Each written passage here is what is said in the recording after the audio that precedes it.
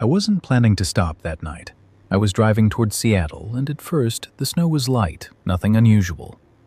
Within an hour, though, it turned into a full whiteout. Visibility dropped to almost nothing, and the road started disappearing under a thick layer of ice.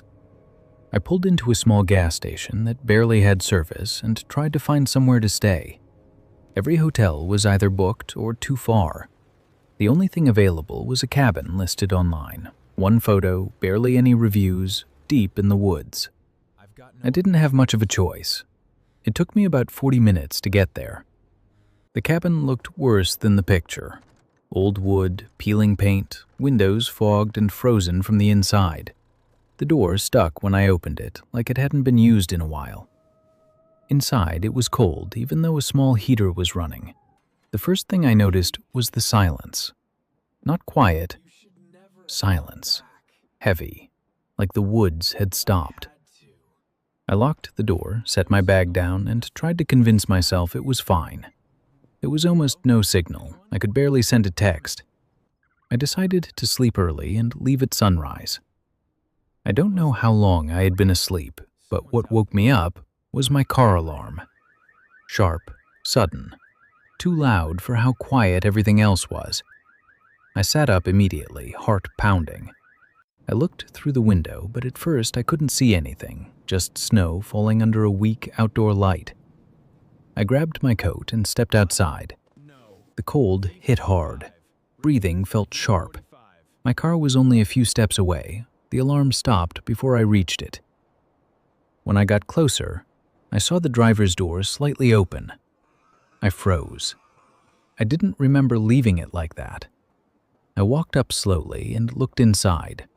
There was snow inside the car, not just on the floor, on the seat too, like the door had been open for a while.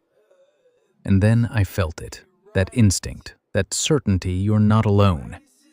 I lifted my head slowly and looked toward the trees. At first, nothing. Then, I saw him. A figure standing between the trees, not too far, not moving, not hiding, just watching. I didn't scream. I didn't run. I closed the car door quietly, stepped back, then turned and went straight inside the cabin, locking everything behind me. Door, windows, curtains. I even dragged a chair in front of the door. I tried calling the police once, twice, over and over. Every call dropped before it connected. I tried sending a message, no signal. The wind picked up outside, snow hitting the walls. Then, a few minutes later, I heard the first knock. It was soft, too soft, like someone didn't want to be heard but wanted to make sure I heard it. I stopped breathing. Another knock, this time on the window. Then a sound, a low humming, close. I didn't go near the door. I stayed in the middle of the room, holding my phone, watching it desperately for any signal. The knocking didn't stop. It wasn't aggressive. He didn't try to break in. He just moved around the cabin. Knock, window, pause, door, silence, then again. Like he knew I was inside, like he wasn't trying to get in. The worst part wasn't the knocking. It was the silence in between. Those few seconds where everything stopped and your mind starts telling you he's behind you or already inside. At one point, I heard something right by the door, then the humming again, but this time clearer, almost like words. I couldn't make most of it out, just one thing. Open. I didn't move. I didn't respond. I didn't make a sound. I don't know how long it lasted. An hour? More? Then suddenly, a faint blue light flashed across the walls. A car. Then another. The knocking stopped instantly. Silence. I ran to the window and pulled the curtain just enough to see. Police. 2 cars. I rushed outside, barely feeling my legs. I told them everything. They searched the area, the trees, my car. They didn't find anyone, just footprints, coming out from the woods, stopping near the cabin, and not going back. The next morning, one of the officers said something I can't forget. He said if he wanted to get in, he would have. Then he looked at the trees and added, "Some people aren't looking to steal." I asked him, then what did he want? He didn't answer. I left that place as soon as I could, but even now, the part I can't explain isn't how he got into my car or how he disappeared. It's this: why he kept knocking, softly, for hours, like he just didn't want me to fall asleep. My name is Sam. I live alone on my family's farm in Kansas. My father died here 3 years ago. Heart attack, that's what the official report said. When you live this far out, you learn something about silence. It isn't peaceful. It's just empty enough for things to happen without witnesses. It started small. A 50-pound bag of feed went missing. Tools I clearly remember leaving by the barn showed up in different places. Doors I locked before bed were slightly open in the morning. I blamed exhaustion. Running a farm alone does things to your head. Then I began finding things in the west field that didn't belong to me. Empty food cans, cigarette butts by the fence line. I don't smoke. One night, I heard footsteps on the tin roof of the barn. Not the frantic scrambling of an animal. Slow, measured, heavy enough to make the metal flex. The moment I stepped outside with my flashlight, the steps stopped. Nothing out there but wind and corn. That's when I installed cameras. Around the house, around the barn, motion activated.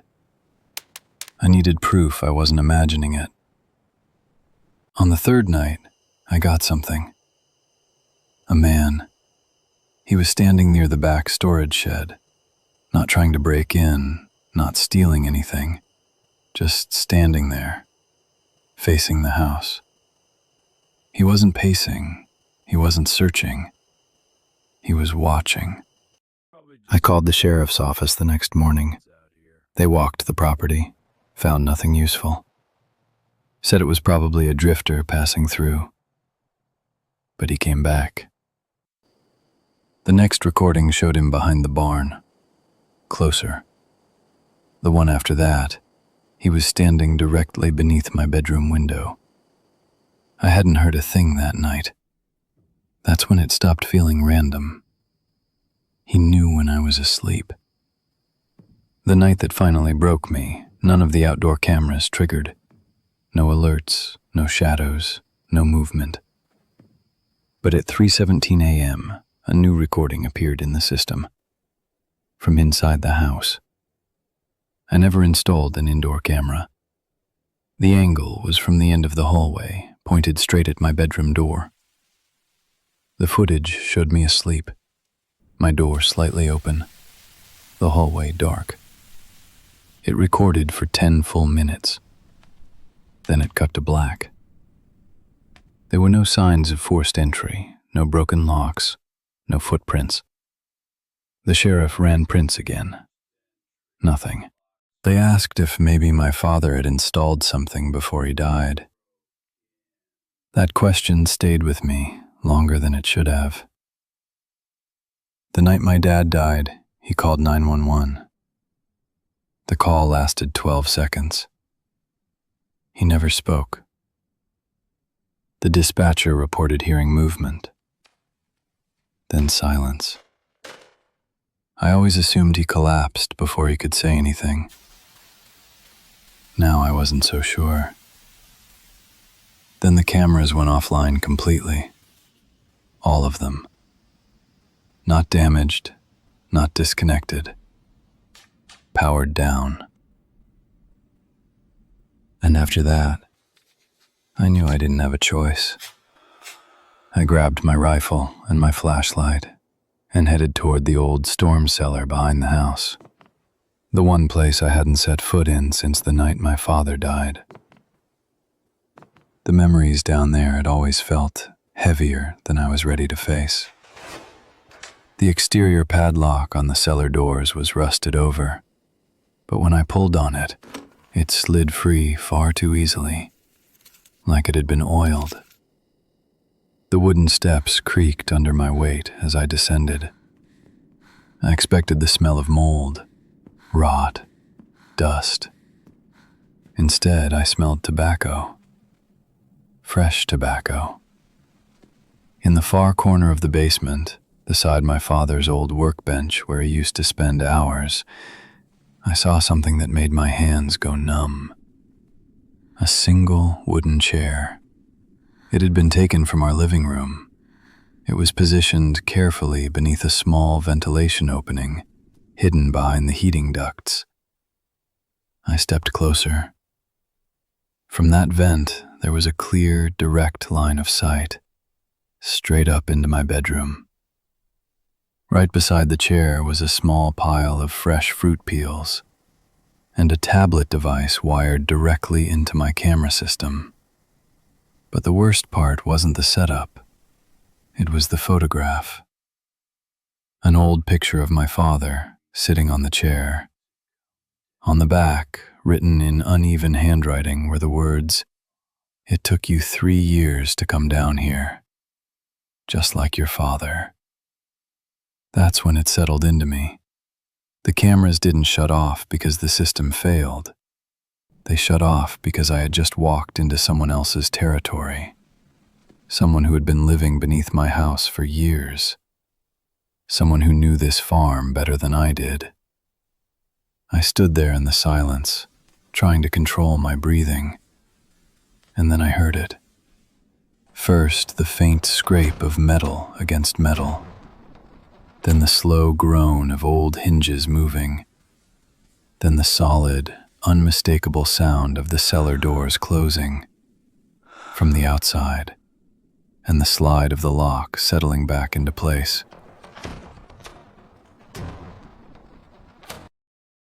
I'm a wildlife photographer. That's the only reason I bought a massive, isolated plot of land on the outskirts of a small town in Wyoming. Out here, the silence is usually your best friend. But in the spring of 2021, the silence turned into my worst enemy. We were going through a brutal month of rain. Every single day, the sky was a heavy, suffocating gray, turning the grasslands around my small cabin into a treacherous, muddy swamp. My nearest neighbor was 6 miles away. Out here, if something goes wrong, you're truly on your own. It was a Sunday around 7 p.m. I was sitting on my couch, trying to drown out the sound of the downpour with the TV, when I heard it. A faint, rhythmic knocking at my front door. When I opened it, my heart skipped a beat. Standing there was a man in his late 20s, soaked to the bone. He didn't have a jacket or a flashlight. He just stood there, staring. "Have you seen my dog?" he asked. His voice was flat, devoid of any emotion. "He went missing on your property." I looked past him into the darkness. I hadn't heard any barking or whistling. "I haven't seen any animals," I told him. I offered to call the forest rangers for him, but he just stared at me. Not at my face, but past me, into my house, as if he were memorizing the layout. "I'll find him myself," he whispered.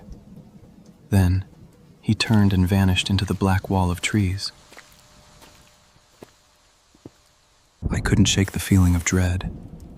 2 hours later, well into the night, a flicker of light caught my eye. An orange glare was reflecting off the window in my backyard. I grabbed my camera's zoom lens and peered through the glass. My blood ran cold. About 50 yards away, under a massive pine tree, a small campfire was struggling against the rain. The stranger was sitting there. He was holding a piece of fabric over the flames, watching it burn. It was my favorite flannel shirt, the one I thought had blown off my laundry line a week ago. He wasn't looking at the fire. He was staring directly at my window. Even through the fog and rain, I knew he could see me. I fumbled for my phone and dialed 911. I knew the police would take at least an hour to reach this far out. While I was on the line with the operator, I heard a sound that made my skin crawl. Scritch, scritch. A metallic scratching sound coming from my front door lock. He wasn't knocking anymore. He was trying to pick the lock, quietly, professionally. When the door didn't budge, the quiet ended. He began slamming a heavy object against the wood, likely the stock of a rifle. He was muttering something under his breath, a low, distorted rambling that sounded like a prayer or a curse. He wasn't there to rob me. He was there for me. I grabbed my self-defense handgun from the hallway. I didn't want to kill anyone, but I couldn't wait any longer. I aimed at the top of the door frame and pulled the trigger. The deafening crack of the gunshot echoed through the small house. For a few seconds, my ears were ringing. When my hearing returned, all I heard was the rain. I waited 5 agonizing minutes before looking through the peephole. The porch was empty.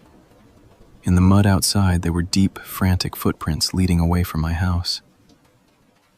He had bolted the second I fired. When the police finally arrived, they found more than just a campfire. Buried deep between the roots of that old pine tree, they unearthed a plastic, waterproof bin. Inside were dozens of photographs.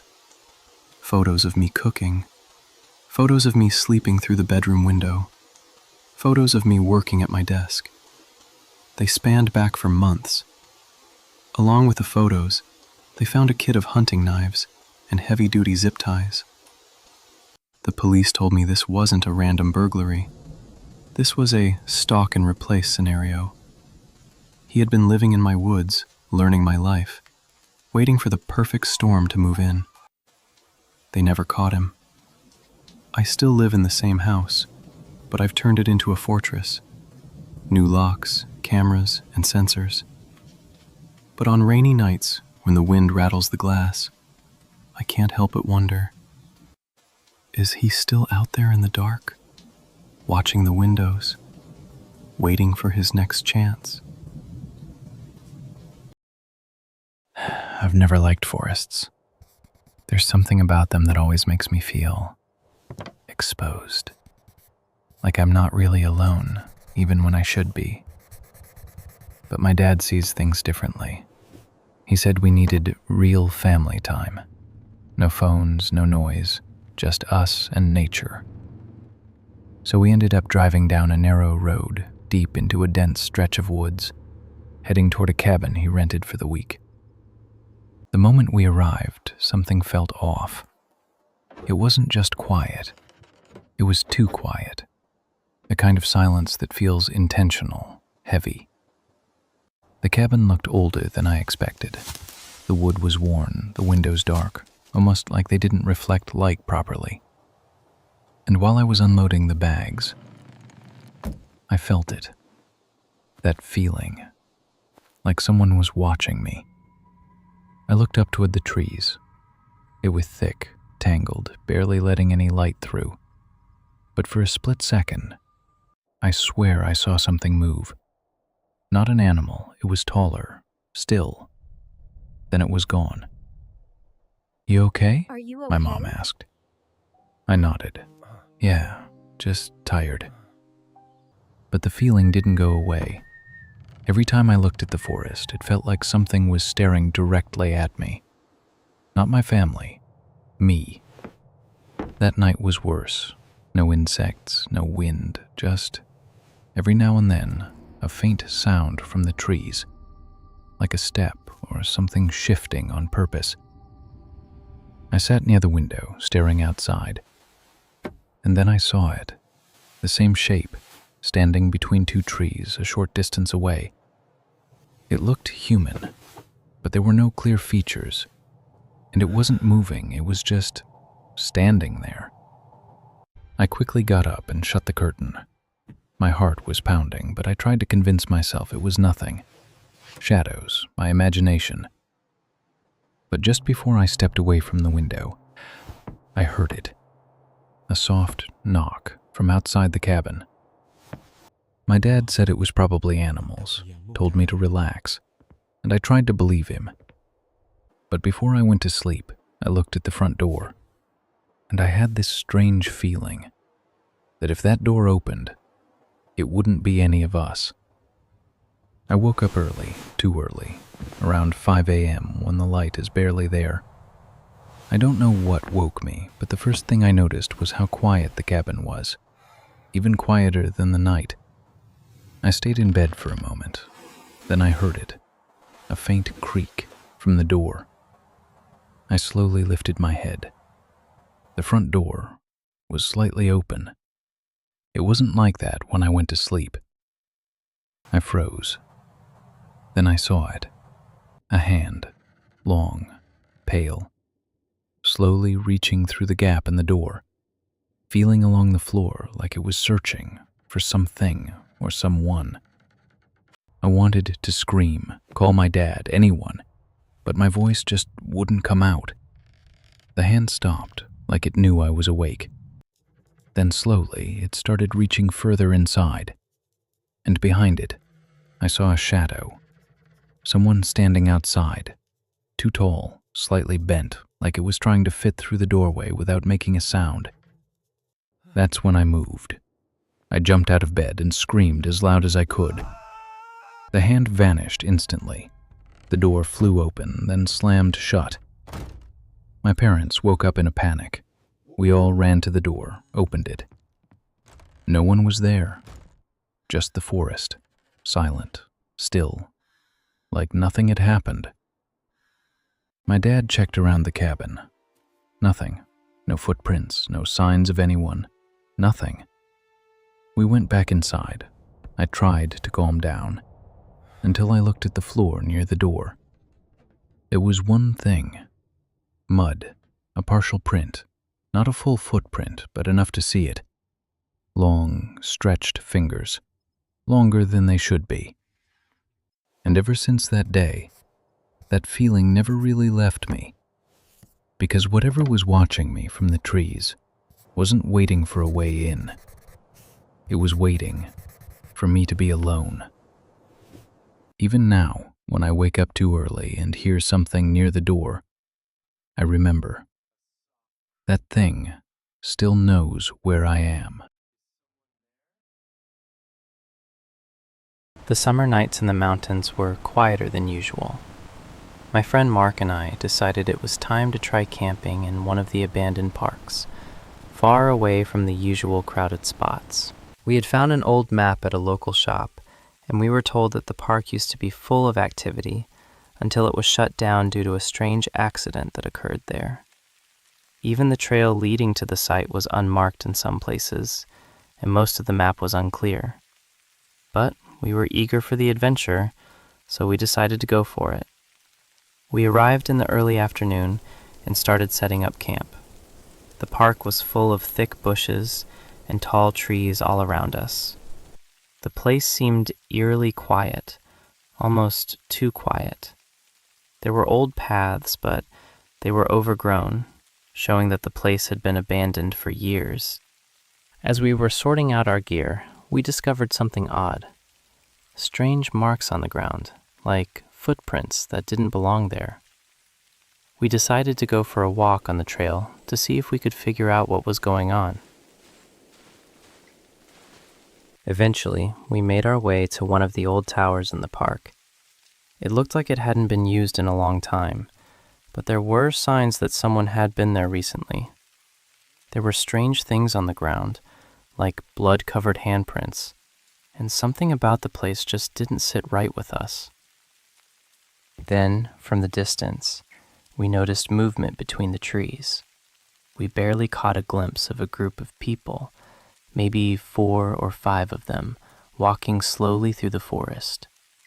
We were surprised to see anyone else out here, especially since no one was supposed to be at the campsite. From where we stood, we couldn't make out their faces, but we saw their figures moving through the woods. We tried pointing them out to Mark, but by the time he came over to look, they were gone, swallowed up by the forest. We figured we had imagined it and carried on with the day, talking and relaxing as the sun began to set. We built a small campfire and sat around it. The night was calm at first, just the sound of our voices and the crackling of the fire. Then, we heard something else. It was faint, but we both heard it. Voices, multiple voices, talking to each other. We couldn't tell what they were saying or even if they were speaking in our language. The voices came from way out in the trees, and that's what made it even more unsettling. Mark and I didn't know what to do, so we stayed still for a while, listening. The voices didn't move. They stayed in the same spot. Then, without warning, they went silent. The next minute was unnerving. We didn't hear them fade out or leave. They just stopped, like they were still there. Then there were footsteps, just one set, coming toward us. A few seconds later, a man walked out of the dark and into the light of our campfire. He had a distinct red baseball cap. His smile was wide as he approached us. "Do either of you know where the trail is around here?" I pointed ahead and told him where the trail was, but when he didn't move or say anything else, I asked, "Are the others with you?" His face dropped for a moment before he smiled again. He looked back toward where I had been looking and said, "I didn't know there were others out here. I've been hiking alone. I would have asked them for directions if I'd seen them." It was strange. I was sure he was lying. He came from the same direction we just heard the voices in. I just nodded, but something felt off. He smiled again and walked back toward the trail. Mark and I exchanged glances. We both knew something wasn't right. There was no way he came from the same direction as the voices and didn't know about them. But why was he lying? Why didn't he want to tell us about the others? We spent the next 30 minutes around the campfire, discussing what was going on. The whole time, I felt like we were being watched. I kept turning around, checking the trees and the trail. Something wasn't right. It didn't help that it was our first time so far out like this, and our nerves were already on edge. "Should we leave?" Mark finally asked, his voice shaky. I thought for a moment. "Yeah, let's go." We started packing, but the feeling only got worse.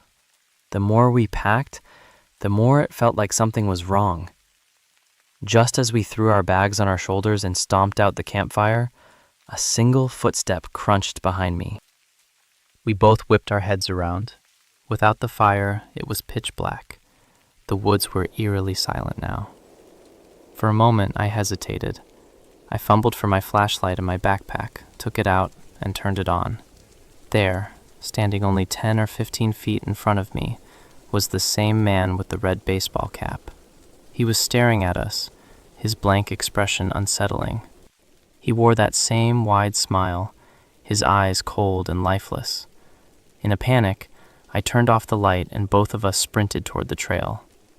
Disturbingly, I could hear multiple footsteps behind us, some of them sounding like they were running through the woods beside us. The footsteps faded, but we kept running, desperate. We made it back to the car, out of breath but unharmed.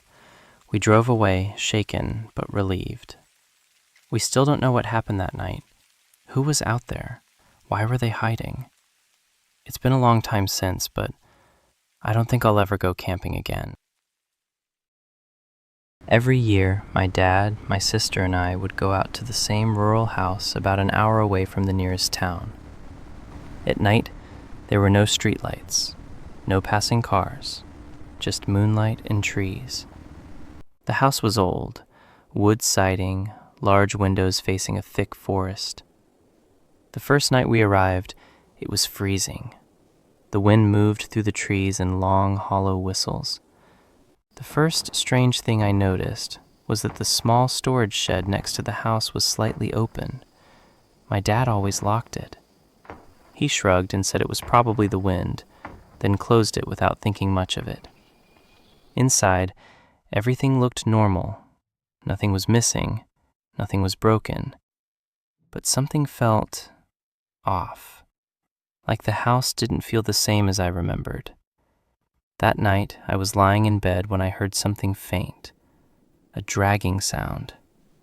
It sounded like something being slowly pulled across the ground beneath my window. I told myself it was just the wood shifting in the cold, but it happened again, 3 times, each time with almost the same rhythm. I got up and pulled the curtain back to look outside. That's when I saw it. Footprints in the mud below my window. The rain had just stopped earlier that evening, which meant they were fresh. I told my dad. He went outside with a flashlight. The prints started at the edge of the woods and led straight to my window. Then they just stopped.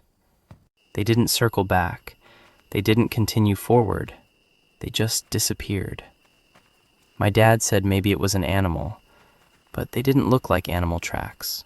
They were too defined, too deliberate. The second night, we heard the doorknob move, slowly. Once, then again. My dad grabbed a flashlight and opened the door quickly.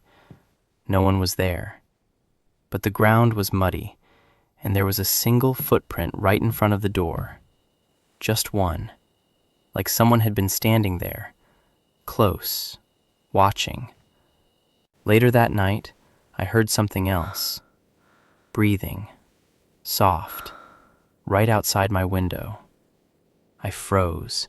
I knew it wasn't the wind. I slowly sat up and looked toward the glass. There was a thin layer of fog on the outside, and on it, a half-circle shape, like someone's breath had just pressed against the window. I yanked the curtain open. Nothing, just trees. But they were swaying strangely, even though the air felt still. The next morning, my dad said we were cutting the trip short. Something about it didn't sit right with him. I was the last one to leave the house. Before I closed the door, I looked toward the woods, and that's when I saw it. A figure, standing between the trees, completely still, just watching. I couldn't see a face. The shadows covered it.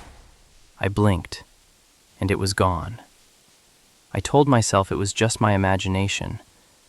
But when we got into the car and my dad turned onto the dirt road, we passed the edge of the forest, and there were footprints walking parallel to the road, keeping pace with us, as if someone had been walking alongside the car until the trees thinned out. We never went back to that house. A few months later, the owner said he decided to sell it. Apparently, other renters had complained about similar things. Footprints, sounds, the feeling of being watched. To this day, I don't know if it was just someone living in the woods or something else entirely. But I know one thing. It never tried to break in. It never tried to hurt us. It just wanted us to know that it was there.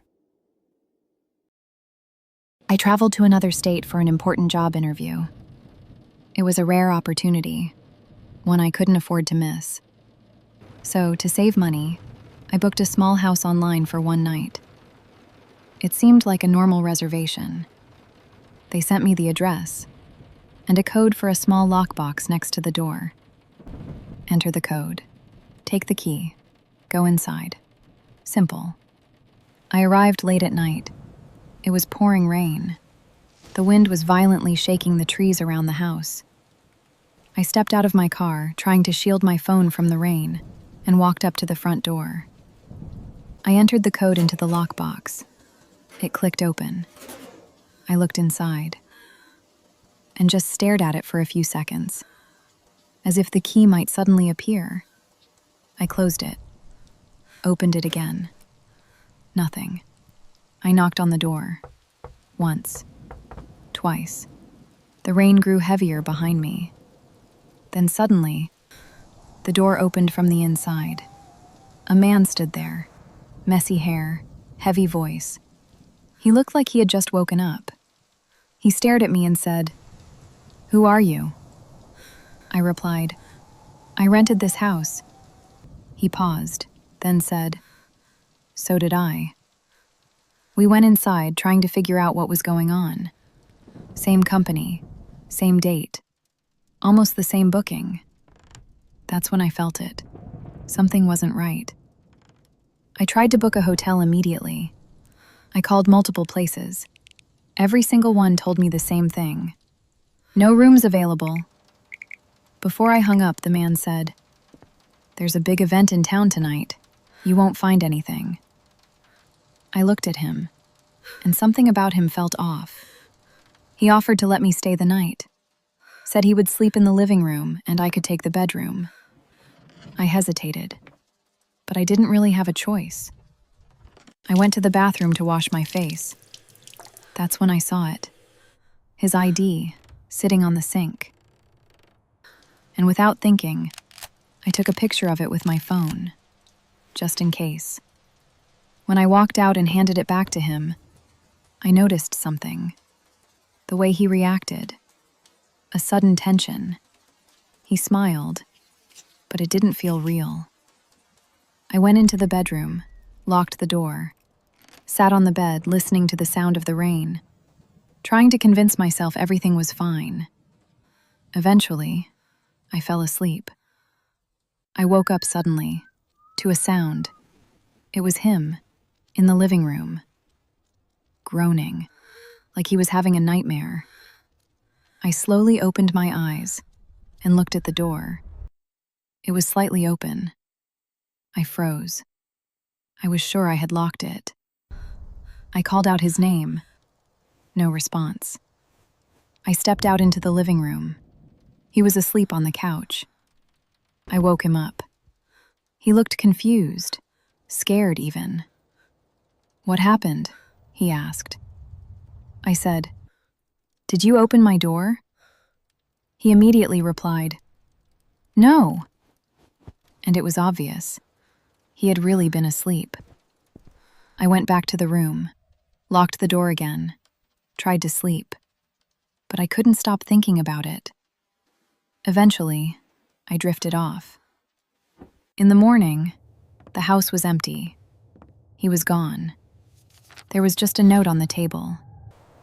"I left your key. When you leave, put it in the lockbox." I went to the bathroom. There was no toilet paper. I searched the house. Nothing. Until I found a door leading downstairs. The basement. It was filled with old stuff. Dust. Boxes. Broken furniture. On a table, I finally found what I was looking for. But as I turned to leave, the basement door slammed shut. I ran to it. It wouldn't open. Not from the inside. Panic set in. I searched around until I found a rope hanging from the wall. I pulled it. A hidden door opened. Inside the wall. It was completely dark. I found a flashlight and stepped inside. There was a small room. A bed. Covered in blood. Fresh. Thick stains. As if something had happened there. Recently. Next to it, a camera on a tripod, pointing directly at the bed. I felt my chest tighten. I turned and ran. That's when I heard it. The front door. I ran to a small window and saw him outside, knocking. I screamed. He heard me and helped me get out. I told him everything, but he didn't take it seriously. That's when I started to doubt him. I said I was leaving, immediately. But he insisted. "I'm going down there myself." He went into the basement, and I waited upstairs. Minutes passed. 5, 10, 15. He didn't come back. I called his name. No answer. I went down after him. The basement was empty, and the room was worse. The blood had spread, like something had just happened. The camera was recording, but there was no one there. I ran, got into my car, and called the police. They arrived, searched the house, went into the basement, then came back and said, "There's nothing here." I went down with them. No blood, no camera, no hidden room. Nothing. I sat in my car, my hands shaking, trying to process what just happened. Then I remembered. The photo. I opened my phone, went to the picture I had taken, of his ID, and in that moment, my heart stopped. It wasn't his ID. It wasn't his name. It wasn't his face. It was mine. My name. My photo. Everything. To this day, I don't know what happened to that man. But one thing I know for sure. That camera was recording something no one was ever meant to see. 3 years ago, I was living in a small house outside a quiet town in Montana. The main reason I moved there was because land was incredibly cheap compared to the cities. I owned a large piece of property surrounded by dense forest on 3 sides, and the only road leading to my house was a long dirt driveway. Normally, nobody ever came out that way. One cold autumn night, the wind was hitting the trees pretty hard. I was sitting in my living room, watching TV, when the power suddenly went out. That wasn't unusual for the area. I grabbed a flashlight and sat there waiting for the electricity to come back on. About 10 minutes later, I heard something strange, the sound of a car engine outside. I froze. It wasn't normal for any vehicle to come down my road. My closest neighbor lived about 4 miles away. I turned off the flashlight and slowly walked over to the window. Through the darkness, I could see a pair of headlights sitting at the beginning of my dirt driveway. But the strange part was, the car wasn't moving. The headlights were just sitting there. 1 minute passed, then 2, then 5. Suddenly, the lights shut off. The car disappeared completely into the darkness. I felt uneasy, but I tried convincing myself the driver had simply taken a wrong turn and would leave. About 10 minutes later, I heard footsteps on the gravel outside my house. A chill ran down my spine. Someone was slowly walking around the house. I could hear the gravel crunching beneath their feet. The footsteps stopped near the kitchen window. Then I heard something that made my heart drop. The sound of the window handle moving. Someone was trying to open it. I slowly backed away from the window and walked to the closet where I keep my handgun. Just then, there was a knock on the front door. Not a normal knock. 3 very slow knocks. Then silence. I stood beside the wall near the door, holding the gun. Several seconds passed. Then I heard a man's voice outside say quietly, "I know you're in there." I didn't respond. After a moment, I heard footsteps walking away from the door. Carefully, I moved to the window and looked outside. I saw the man walking toward the darkness at the edge of the forest, but before he disappeared, he stopped, then slowly turned his head toward the house. Even from that distance, I had the feeling he was looking directly at the window I was standing behind. Then he vanished between the trees. The police arrived about 40 minutes later. While searching the area near the dirt road, they found something strange hidden in the grass. It was a metal box filled with tools, gloves, duct tape, a knife, and a flashlight. One of the officers told me something I'll never forget. He said those tools didn't look random. They looked like a kit that had been prepared in advance, like someone had hidden them there, waiting for the right moment. They never found the man or the car.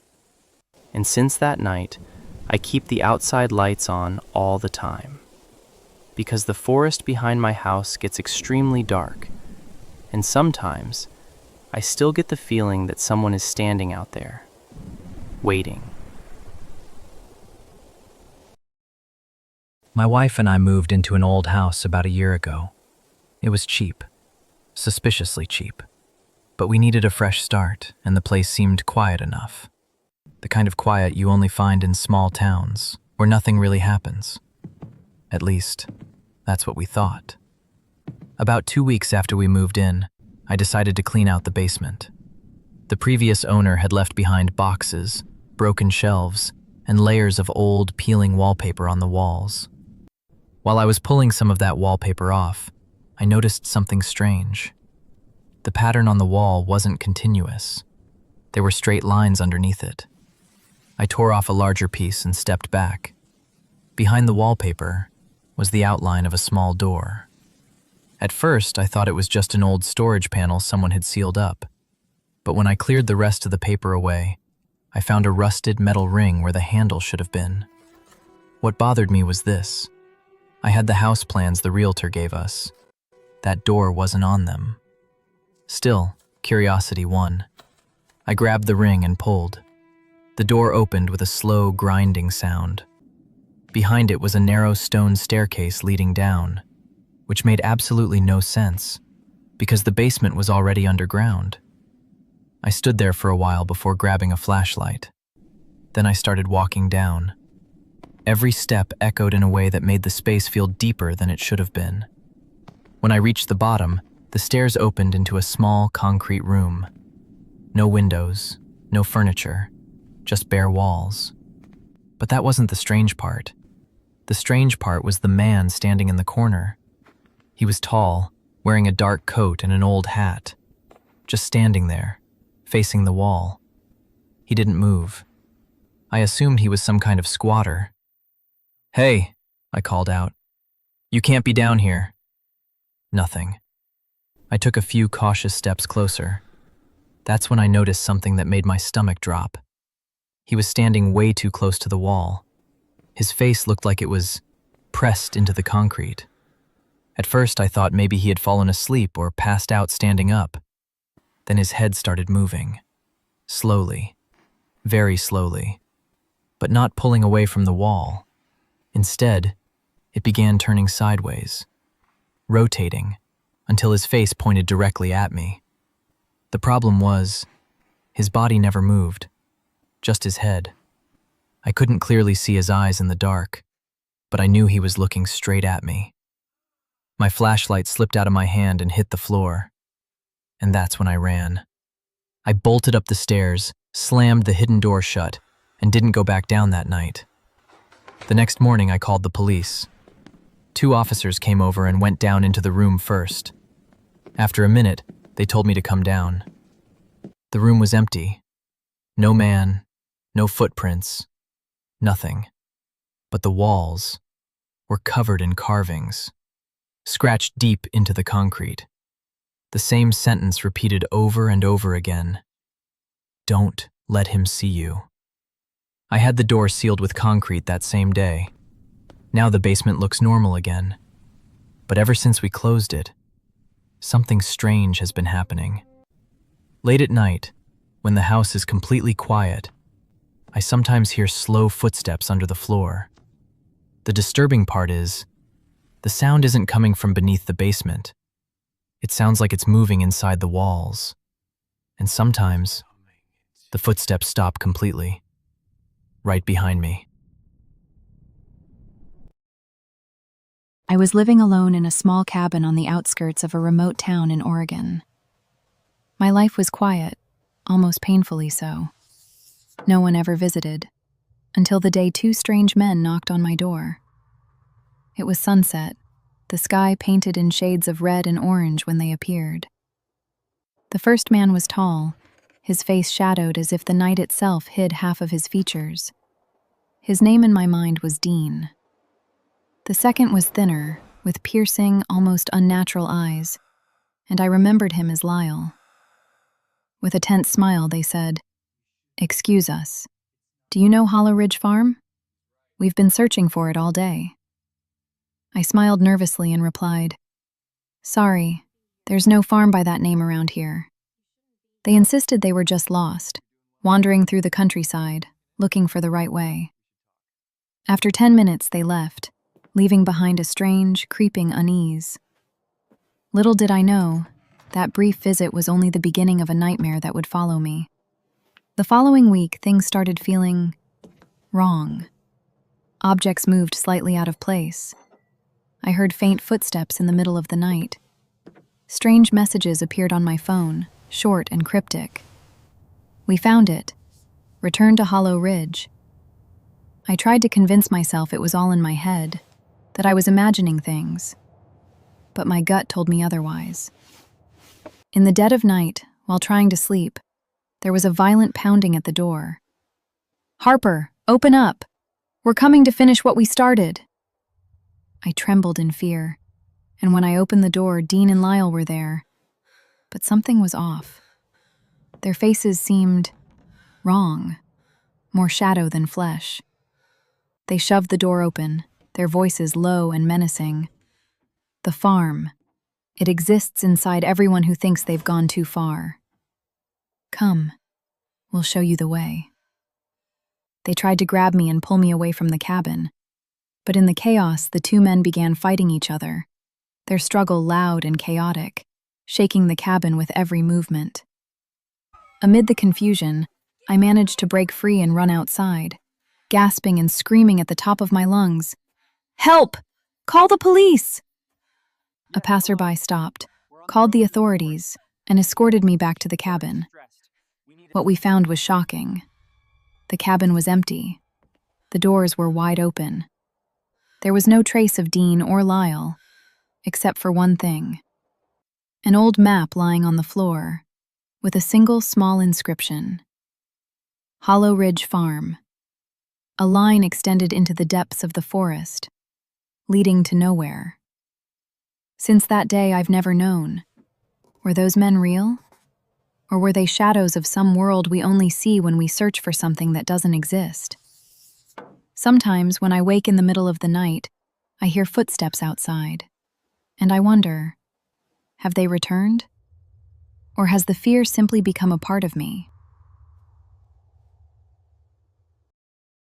I've always loved escaping into nature, far away from the city, from the noise, the stress. I thought I'd found the perfect place.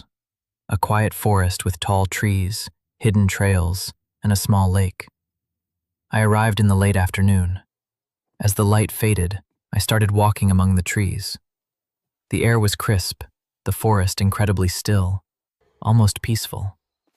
I felt calm, at first. Then I heard it, a rustling in the leaves just beyond the path. At first I thought it was a deer, or maybe a bird. But soon, the sounds grew heavier, closer. Footsteps. Someone, or something, was moving through the forest behind me. My heart started racing. I tried to stay calm, but the path felt narrower with every step, the shadows longer, the trees closing in. I called out, hoping for an answer, but there was nothing. Only silence. Then came a sudden snap of a branch, just a few feet away. I froze, unsure if I should run or keep moving. Alone in this part of the forest, without a phone signal, I felt completely isolated, and more aware than ever of being watched. I finally decided to head back toward the main trail, each step filled with tension. I never saw anyone. There was no one there. Yet the feeling remained, heavy, pressing, impossible to shake. When I reached my car, I locked the doors and breathed a little easier. But the forest, it had left a mark. That night, I realized something. Sometimes, the quietest places can be the scariest of all. Even now, I can't shake that feeling, that someone or something was watching me, even if I never saw it. I've always liked being alone. Not just quiet places, I mean real isolation.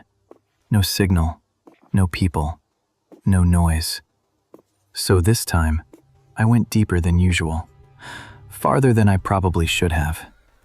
It took me hours to get there. By the time I stopped walking, everything felt cut off. No trails, no signs of anyone, just trees and silence. At first, it felt perfect. I found a spot near a small stream, flat ground, good visibility. But something felt off. There were signs someone had been there before. Old firestones, an empty can, a torn piece of fabric. Nothing fresh, nothing recent. It looked like someone had just left. I didn't think much about it. People camp everywhere, right? As the sun went down, the forest changed. Not slowly, all at once. The sounds disappeared. No insects, no birds. Even the water sounded distant, like something was holding the sound back. That's when I felt it.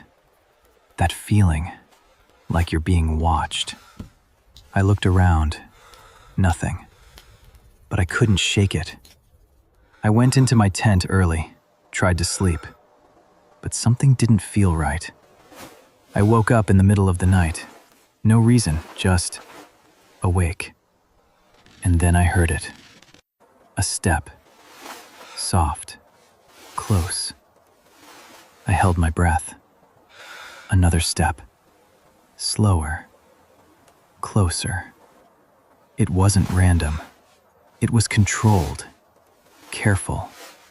Like someone was trying not to be heard. The sound moved around my tent. One full circle. Then another. Slow. Deliberate. Then it stopped. Right outside. Near my head. I didn't move. Didn't breathe. But I knew something. It knew I was awake. Then, the tent moved. Just slightly. A light touch from the outside, dragging across the fabric. Slow. Testing. And then it stopped. No footsteps, no sound, nothing. I stayed awake the rest of the night, just listening, waiting. Morning finally came, and I got out immediately. There was no one there, but the ground said otherwise. Footprints, barefoot, clear, all around my tent. Circles, over and over again. But something was wrong. They didn't lead in from one direction. They were everywhere, like he had been there, long before I noticed. I followed them. I don't know why. I just did. And that's when I found it. A place, behind the trees, hidden. A makeshift bed, old blankets, empty bottles, food wrappers. Someone was living there. Not camping. Living. And then it hit me. I didn't find this place. I walked into someone else's. My chest tightened. Everything started to make sense. The silence, the footsteps, the circles.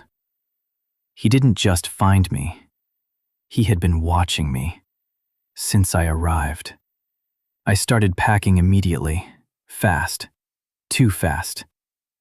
And then I heard it again. A step, right behind me, close, very close.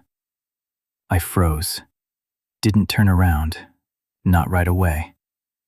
I waited. 1 second, 2, 3. Then I turned. Nothing. But the trees were thick. Anyone could hide there. I didn't think anymore. I grabbed what I could and left everything else. I started walking, then faster, then running.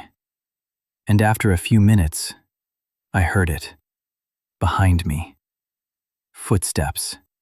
Not running. Not chasing. Just following. Keeping distance. Matching me. Every time I slowed down, they slowed. Every time I moved, they moved. For minutes that felt like hours, until I finally reached the road. And just like that, the sound stopped. I turned around. Nothing. No one. I never went back. I never reported it. But there's one thing I still think about. He was outside my tent all night, close enough to touch me, close enough to come in, and he didn't. The only question is, why? This happened last winter, during one of my overnight shifts. I woke as a park ranger in a restricted wilderness zone. Most nights are quiet. That night the storm came in fast. The kind that makes the forest feel different. About an hour into the storm, my radio clicked on. Then I heard a voice. Please, I'm lost. The voice was weak, barely audible through the static. I checked the signal location. It was coming from the old firebreak trail. That trail has been closed for years. I grabbed my rain gear, my headlamp, and stepped outside. I thought it was just another lost hiker. The firebreak trail hasn't been maintained in years. Most hikers don't even know it exists, and no one is supposed to be out there. I radioed back to dispatch. I told them I was heading toward the signal. That's when it came through again. Please, I'm still here. The voice sounded closer this time. I checked the signal coordinates again. They hadn't moved. It was coming from directly ahead. Then the radio went silent. No static. No signal. Just dead air. That's when I heard it. Not from the radio. From behind me. Please, I'm lost. It wasn't coming through static this time. It repeated the exact same way. Same tone, same pause. Like a recording. That's when I saw something. A small light. On the ground. It was one of ours. Same model, same frequency. But I hadn't dropped mine. Then the one on the ground clicked on. And I heard my own voice. Please, I'm lost. It was my voice, recorded. I dropped the radio, and that's when I heard it. Footsteps, not walking, running. It wasn't lost. It was bait, and I was exactly where someone wanted me. I ran, not back toward the device, back toward the trail. I could hear him. He wasn't crashing through the brush. He was keeping pace. At one point, I heard breathing right behind me. I slipped and hit the ground. For a second, everything went quiet. And then I saw him, standing there, watching. He didn't chase me again. He just stood there and let me leave. I never worked another night shift after that.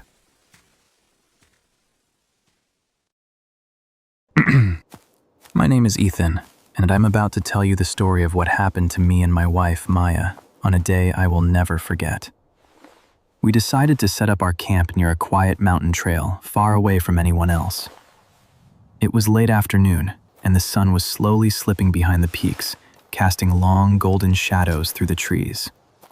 Everything felt calm, almost too calm, like the forest itself was holding its breath. As we were setting up our tent, a man suddenly appeared on the trail. I didn't hear him approach. I didn't see him coming. He was just there. He was thin and hunched, moving in a strange, unnatural way, like his body didn't want to cooperate with him. His clothes were dirty and mismatched, and a wide-brimmed hat covered most of his face. He stopped a few feet away from us, holding a black bag in his hand, and said in a low, gravelly voice, "Could you help me get rid of this?" I looked at Maya, then forced a nervous smile and said, Sure. Where do you want us to put it?" He lifted his head slightly, but his eyes didn't meet mine. They moved quickly, scanning the trees around us. "Anywhere," he said, "just far away from here. Far away." In that moment, I felt something deep in my gut, a warning I couldn't explain. This man was dangerous. We tried to ignore him and go back to what we were doing, but he didn't leave. He just stood there watching us. Then suddenly, he dropped the bag on the ground, turned and walked into the trees, disappearing between them like he was never there. For a few seconds, everything was silent. Then the bag moved. I froze. Maya whispered, "Ethan, did you see that?" Before I could answer, we heard something faint coming from inside the bag. It sounded like something trying to breathe. Every instinct told me to stay away, but I stepped closer anyway. As I got near, I saw a dark stain slowly spreading across the fabric. Blood. We backed away immediately. We didn't touch it. We didn't go any closer. We just told ourselves it was probably a dead animal and tried to move on. But the forest didn't feel the same anymore. When night fell, the silence turned into something else. Every small sound felt louder, closer, like it was meant for us. We got inside the tent trying to sleep, but then we heard it. A slow scraping sound dragging across the ground, circling around us. It stopped, then started again from another side. Maya grabbed my hand tightly. Then we heard a whisper right outside the tent. "I'm still here." My heart stopped. The tent shook slightly like something was moving around it slowly, watching us. Then everything went quiet. Seconds passed. Suddenly, the tent flap was ripped open. It was him, the same man, but now his face was fully visible, pale, twisted, and his eyes were wide open, unblinking, and he was smiling. In his hand was the bag, and this time it was moving violently. He stepped closer and hissed, "I said help me get rid of it." We backed away in panic. I grabbed the nearest thing I could use to defend us. In desperation, Maya threw a bag at him, hitting his legs and causing him to stumble. He fell backward, and the black bag slipped from his grip and tore open slightly. For just a second, I saw something inside, a small human hand twitching. Maya screamed. The man tried to get back up, but he lost his balance and slipped down the slope behind him, disappearing into the darkness of the forest. We didn't wait. We grabbed what we could and ran as fast as we could down the trail, our hearts pounding until his voice was nothing but a distant echo. We reported everything to the nearest ranger station, but they found nothing. No man, no bag, no trace of anything. Days passed and we tried to forget what happened. Then one morning, I woke up to a faint scratching sound at our front door. I walked toward it slowly and opened it. There was a black bag sitting right outside. I froze. Maya stood behind me, her voice shaking. "Ethan, don't touch it." But there was something worse written across the bag in messy, uneven letters. "You didn't go far enough." And then right next to my ear, I heard it again, a soft whisper. "I'm still here." I've never been the type to scare easily, but that night, something felt wrong in a way I still can't explain. My name is Adam. I live alone in a small house just off the edge of a forest.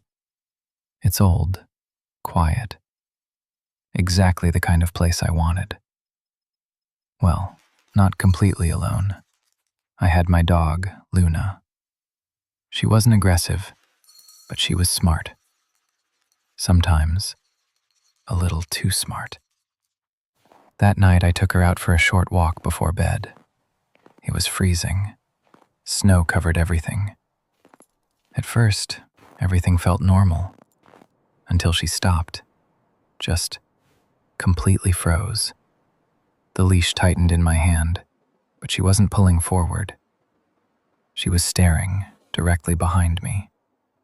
She didn't bark, didn't move, just stared. I turned around slowly. Nothing. The forest was completely still. No movement. No sound. I told myself she probably heard an animal, but something about the way she stood there didn't feel right. So I pulled her along and we went back inside. About an hour later, I was sitting on the couch watching TV when Luna started howling. Not barking, a long, uneven, almost warning kind of sound. She was standing by the window. I walked over slowly and looked outside. Snow covered the yard. The glass was fogged and frozen over, except for one spot. A small patch, perfectly clear, right at face level, like someone had been standing there, breathing onto the glass. I stepped back without thinking, stared into the darkness. Nothing.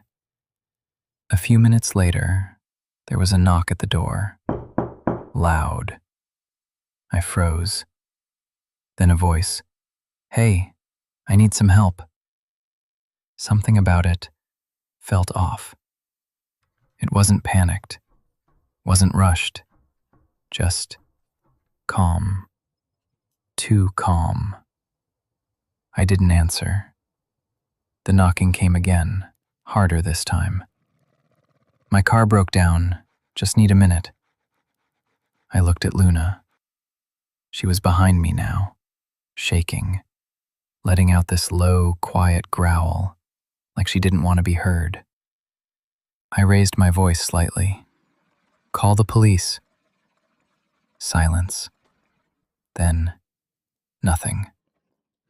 Less than a minute later, the power went out. Everything. The lights, the TV, just darkness.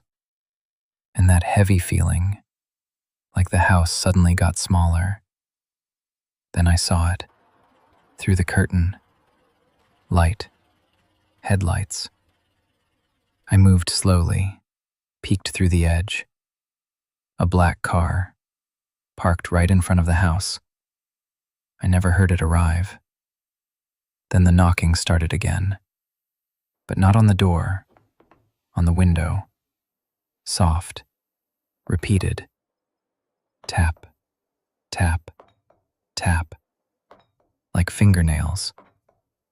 I stepped back immediately, grabbed my phone, called the police. My voice was low. I was trying to explain, but nothing was coming out right. While I was still on the call, I heard footsteps. Outside. Slow. Heavy. Moving around the house. Stopping, then continuing. Then stopping again.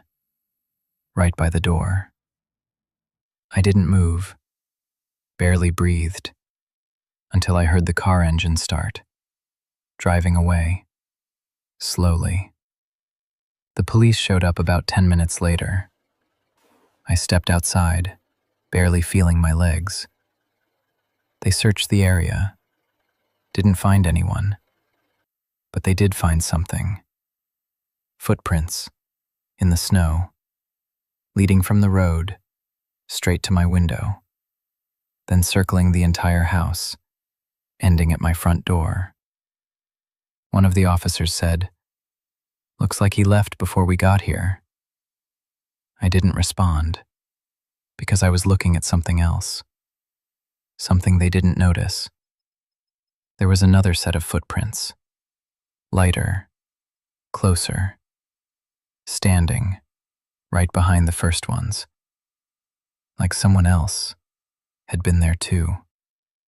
Since that night, Luna doesn't go near the windows anymore, and me, I don't go outside after dark. But the worst part isn't what happened. It's the feeling that whoever was out there wasn't trying to get in.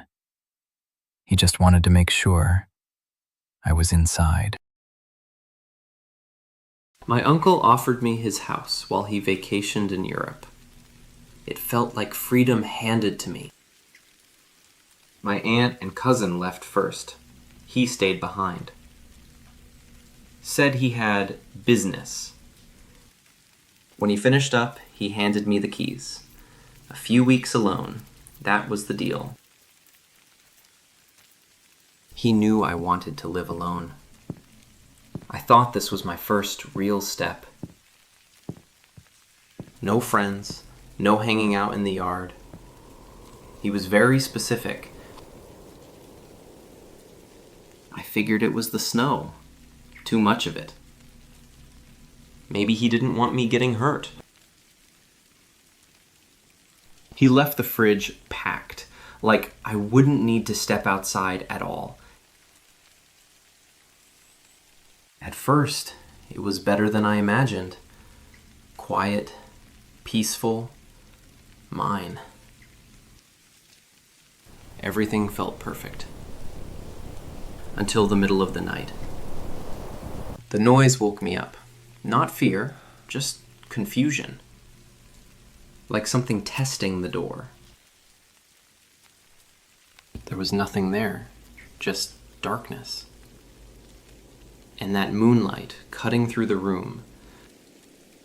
I just stood there watching, not realizing something else was already happening. I just stood there watching, not realizing something else was already happening. Then I heard it again, from downstairs, from the front door. Maybe something hit the door. Just the wind. It had to be. I turned on every light. Then I checked the peephole. I opened it just a crack. The footprints led straight to me. I slammed it shut, locked it fast. Who would be out there? I ran to the back. I needed to see if someone was still there. Through the storm, I saw something small moving. Too small to be out there alone. When the wind eased for a second, I saw him clearly. It was just a kid. I was scared, but I couldn't ignore him. He didn't look older than 10. I called 911. Told them there was a kid outside in the storm. I stayed by the window, watching. But he was gone. We were in the kitchen when it happened again. A quiet knock. When the door opened, it was him, standing there again. He wasn't dressed for the weather, not even close. His face, it was empty, like he wasn't fully there. Weeks later, he said this was his house, that he lived here. 2 missing kids, same house, same timing. And my uncle always gone. I moved into that house at the beginning of January. Middle of nowhere, quiet neighborhood. The kind of place where you don't hear traffic, just wind and the occasional dog barking miles away. It was exactly what I wanted. The first night it snowed, I didn't bother shoveling the driveway. I figured I'd deal with it in the morning. But when I woke up, it was already cleared. Not perfectly, not professionally, just enough for a car to pass through. Uneven lines, piles of snow pushed to the sides like someone did it quickly or didn't care much about doing it right. I assumed maybe a neighbor was being nice, didn't think too much about it. Until it happened again, and again. Every time it snowed overnight, I'd wake up to the same thing, my driveway cleared before I even stepped outside. The weird part? I never saw anyone do it. About a week later, I finally did. It was around 2:30 a.m. I couldn't sleep. The wind was loud, hitting the side of the house in long, hollow gusts. I got up, went to the kitchen, and that's when I noticed movement through the window. Someone was outside. At first, I thought it was just shadows from the trees. Then I saw him, a man standing in my driveway, shoveling snow. Slow, methodical, no rush. He wasn't wearing anything reflective, just dark clothes, a heavy jacket maybe. I couldn't see his face clearly, but something about the way he moved felt off. Too calm for that hour, too comfortable. I watched him for maybe 30 seconds. Then I grabbed my coat. By the time I got to the front door and turned on the outside light, he was gone. Not walking away, not at the end of the driveway, just gone. After that, I started locking everything, windows, doors, even the back entrance I never used. I told myself it was probably just some guy in the area trying to be helpful, maybe bored, maybe lonely. But I stopped sleeping well. Every little sound outside started to feel deliberate. A few nights later, it snowed again. I didn't check the window this time. I didn't want to see him. But around 3 a.m., I heard it. That scraping sound, metal against packed snow. Slow, repetitive. Closer than before. Not out by the street, right outside the house. I stayed in bed for a while, just listening. Then the sound stopped, completely. The silence that followed was worse. I remember thinking, he knows I'm awake. I don't know why that thought hit me, but it did, and I couldn't shake it. Eventually, I forced myself up, walked down the hallway. Every step felt louder than it should. When I reached the living room, I froze. The curtain over the glass door wasn't fully closed. There was a gap, and through that gap, I saw him.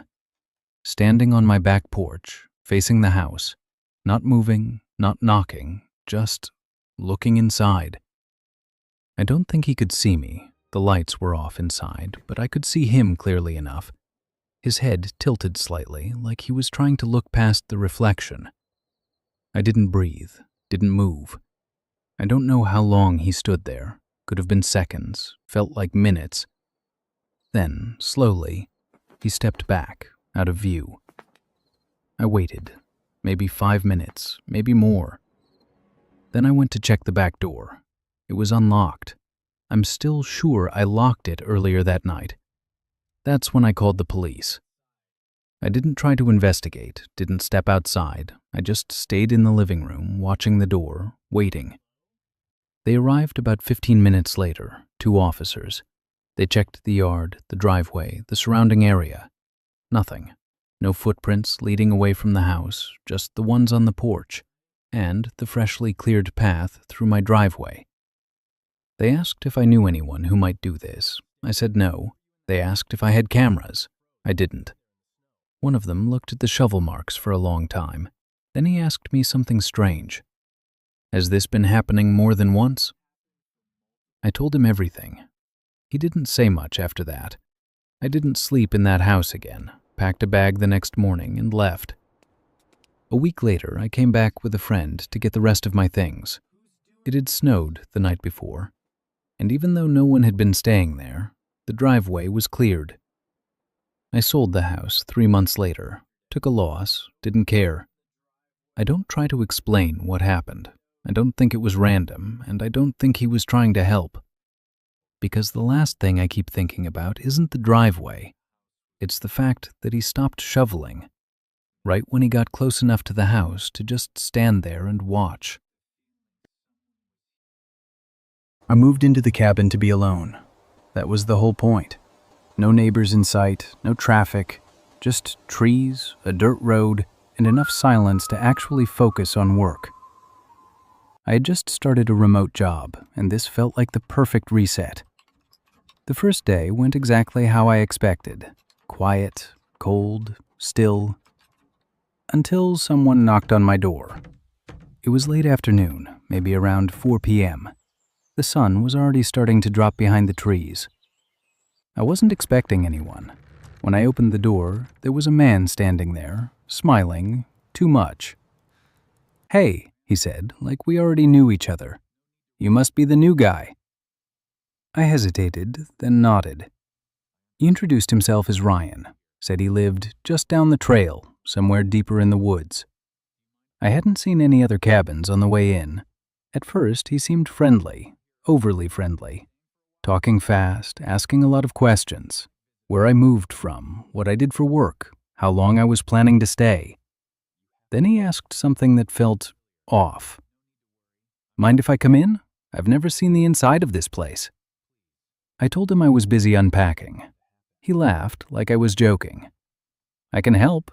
We can hang out a bit. Gets lonely out here." There was something about the way he said that. Not casual, more like insistent. I told him maybe another time. He didn't move, just stood there, still smiling. Then his eyes shifted, past me, into the cabin, like he was trying to memorize the layout. That's when I stepped outside, just enough to block his view. Told him I had a work call in a few minutes. That finally got him to leave. But even as he walked away, he kept looking back. I locked the door after that. Didn't think much of it, at least not consciously. But I noticed I was quieter the rest of the evening, listening more. Around 11 p.m., I heard something outside. At first, I thought it was just branches moving. Then I heard footsteps, slow, crunching on the gravel near the cabin. I turned off the lights and looked through the window. It was him, Ryan, standing near the edge of the trees, looking toward the cabin. I didn't move, didn't open the door. After a few seconds, he stepped closer, then closer, until he was just a few feet from the door. Then he knocked, softly. "Hey," he called. "You still up?" I didn't answer. He knocked again. "I was thinking we could start a fire. There's a good spot out in the woods. You should come." His tone was casual, like it was a normal suggestion, like it wasn't almost midnight. I stayed silent. After a pause, he leaned closer to the door. "I know you're in there." Still smiling, I could hear it in his voice. "I just want to show you something," he said. No explanation, just that. I stepped back slowly. My heart was pounding harder than it should. Something felt wrong. Not obviously dangerous, but wrong enough. Then, from somewhere deeper in the woods, a gunshot, loud, close, echoing through the trees. Everything went silent for a second. Then I heard movement, fast, running, coming toward the cabin. Ryan appeared in front of the door again, breathing hard. Hey, open up," he said quickly. "I think I got hit." His voice had changed, more urgent, more real. I hesitated. Instinctively, I stepped closer to the door. Then I saw it, under his jacket, the shape. A handgun, partially tucked, but visible when he moved. He noticed me looking. For a split second, his expression dropped. The smile was gone. That was enough. I backed away immediately and grabbed my phone, called the police, locked myself in the bathroom, didn't make a sound. I don't know how long he stayed outside. At some point, I heard the door handle move, then silence. The police arrived about 20 minutes later. They cleared the area. Then one of them knocked on the bathroom door and told me it was safe. They found him inside the cabin. He had gotten in through the back, the same door I thought I locked. They arrested him on the spot. No ID, no vehicle nearby, no cabin down the trail. What they did find was a handgun. One bullet had been fired. They never told me exactly what his plan was, but one of the officers said something that stuck with me. If you had gone out there with him, we probably wouldn't be having this conversation. I left the next morning. Didn't even pack everything, just took what I could carry and drove. I still think about that moment sometimes, standing at the door, almost opening it, almost stepping outside, and how close I was to doing exactly what he wanted.